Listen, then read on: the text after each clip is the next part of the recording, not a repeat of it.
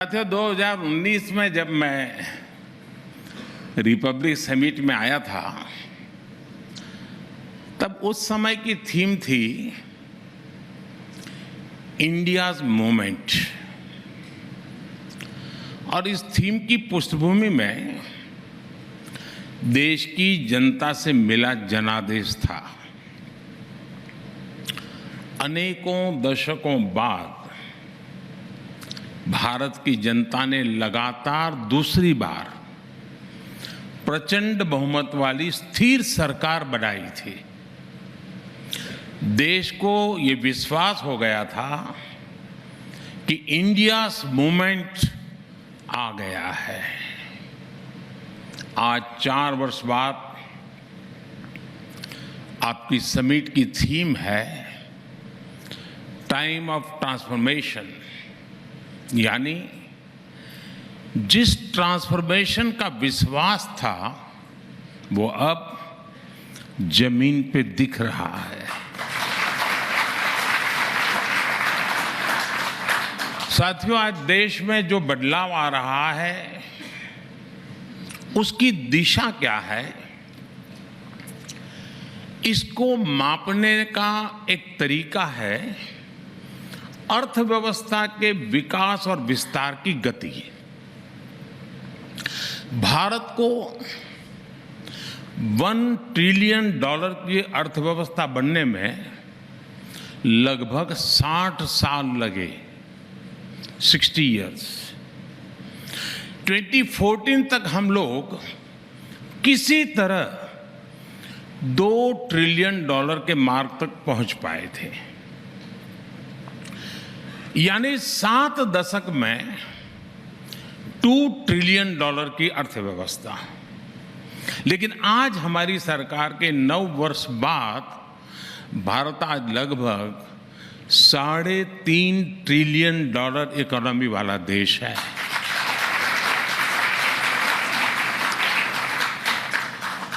बीते 9 वर्षों में हमने 10वें नंबर की अर्थव्यवस्था से 5वें नंबर तक की लंबी छलांग लगाई। और ये सब 100 साल के सबसे बड़े संकट के बीच हुआ है। जिस दौर में दुनिया की बड़ी बड़ी अर्थव्यवस्थाएं फंसी हुई थी, उस दौर में भारत संकट से बाहर भी निकला और तेज गति से आगे भी बढ़ रहा है।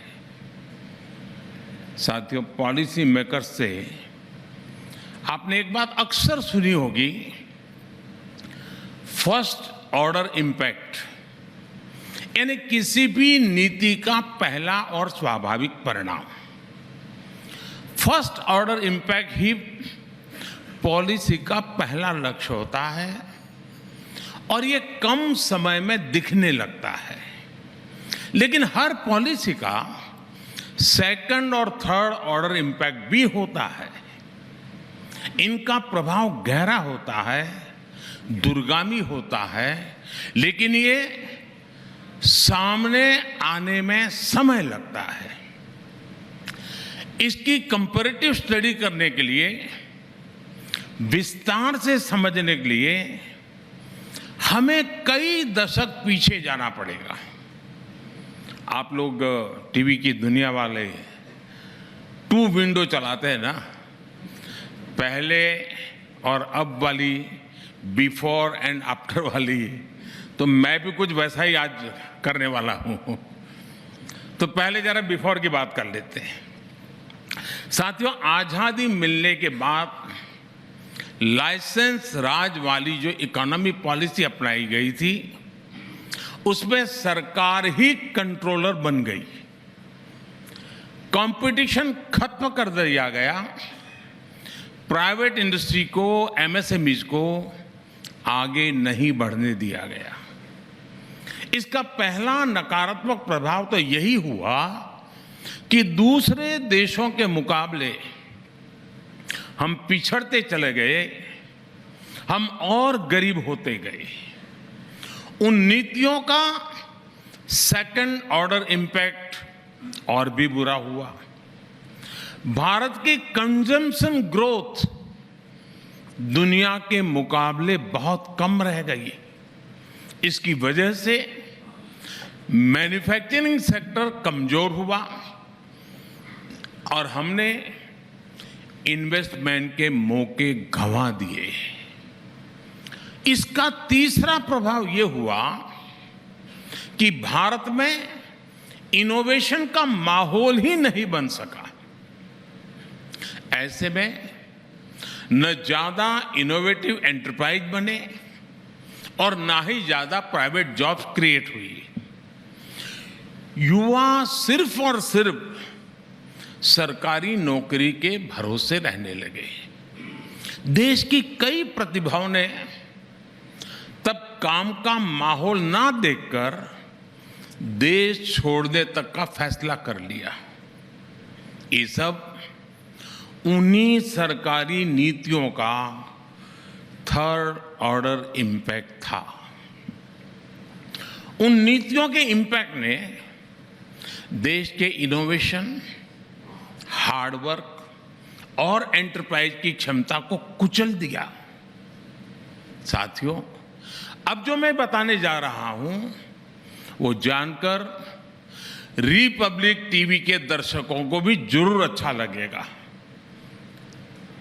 2014 के बाद हमारी सरकार ने जो भी पॉलिसी बनाई उसमें न केवल इनिशियल बेनिफिट्स का ध्यान रखा गया बल्कि सेकंड और थर्ड ऑर्डर इफेक्ट को भी प्राथमिकता दी गई।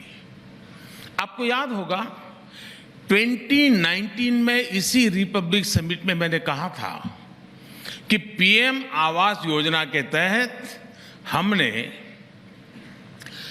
5 साल में 1.5 करोड़ परिवारों को घर दिया है। अब यह आंकड़ा बढ़कर 3.25 करोड़ से ज्यादा हो चुका है। इनमें से ज्यादातर घर, उसका मालिकाना हक हमारी माताओं बहनों के नाम पर है। और आप जानते हैं आज एक एक घर लाखों की कीमत का बनता है। यानी करोड़ों गरीब बहनें, मैं आज बड़े संतोष से कहता हूं, लखपति दीदी बनी है।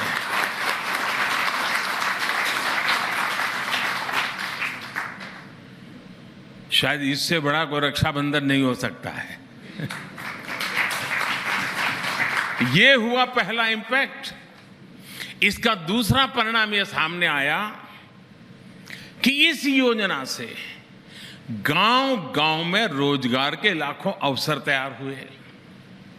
और आप जानते हैं कि जब किसी के पास अपना घर होता है, पक्का घर होता है, तो उसका आत्मविश्वास कितना बढ़ जाता है, उसकी रिस्क टेकिंग कैपेसिटी कितनी बढ़ जाती है, उसके सपने आसमान को छूने लग जाते हैं।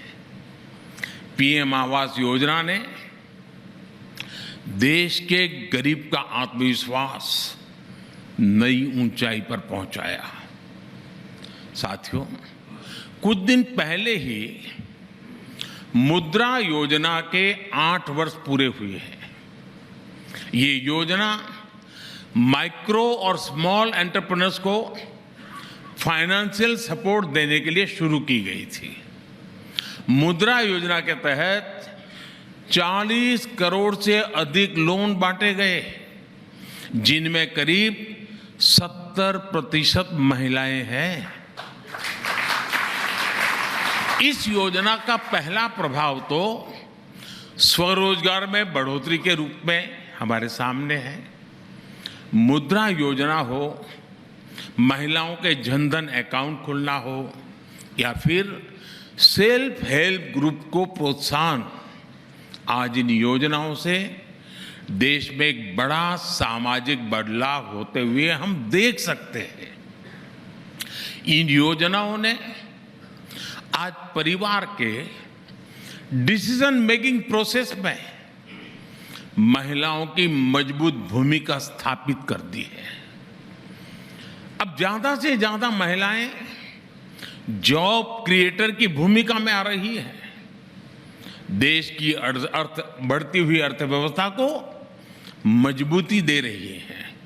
साथियों, पीएम स्वामित्व योजना में भी आप फर्स्ट, सेकंड और थर्ड ऑर्डर इंपैक्ट अलग अलग देख सकते हैं। इसके तहत लेटेस्ट टेक्नोलॉजी का उपयोग करके गरीबों को प्रॉपर्टी कार्ड दिए गए, जिससे उन्हें संपत्ति की सुरक्षा का भरोसा मिला।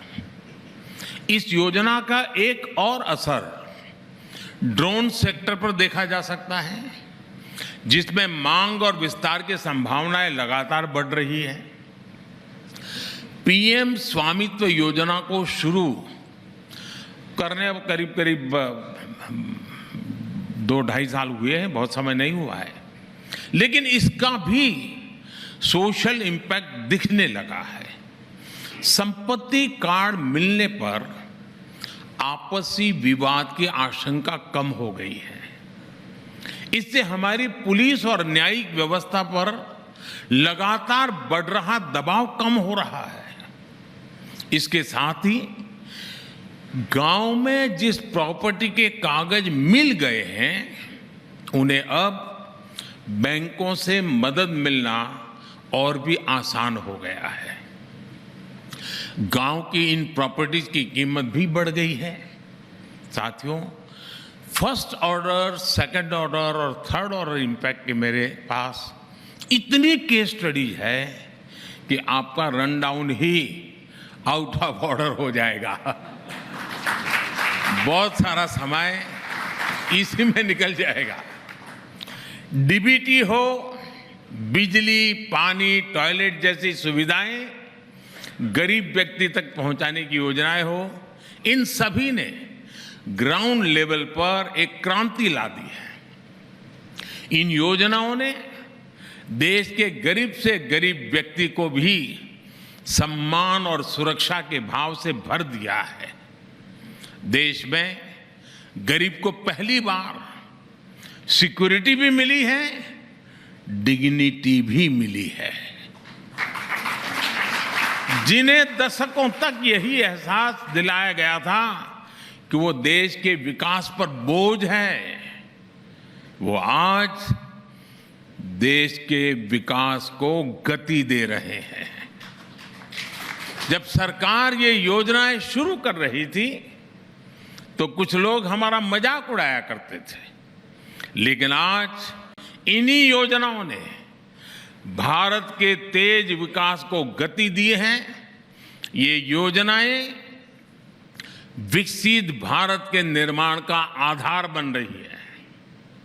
साथियों, बीते 9 वर्षों से गरीब, दलित, वंचित, पिछड़ा, आदिवासी, सामान्य वर्ग, मध्यम वर्ग, हर कोई अपने जीवन में स्पष्ट बदलाव अनुभव रहा है।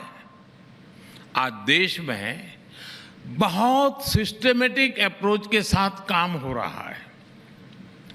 मिशन मोड पर काम हो रहा है।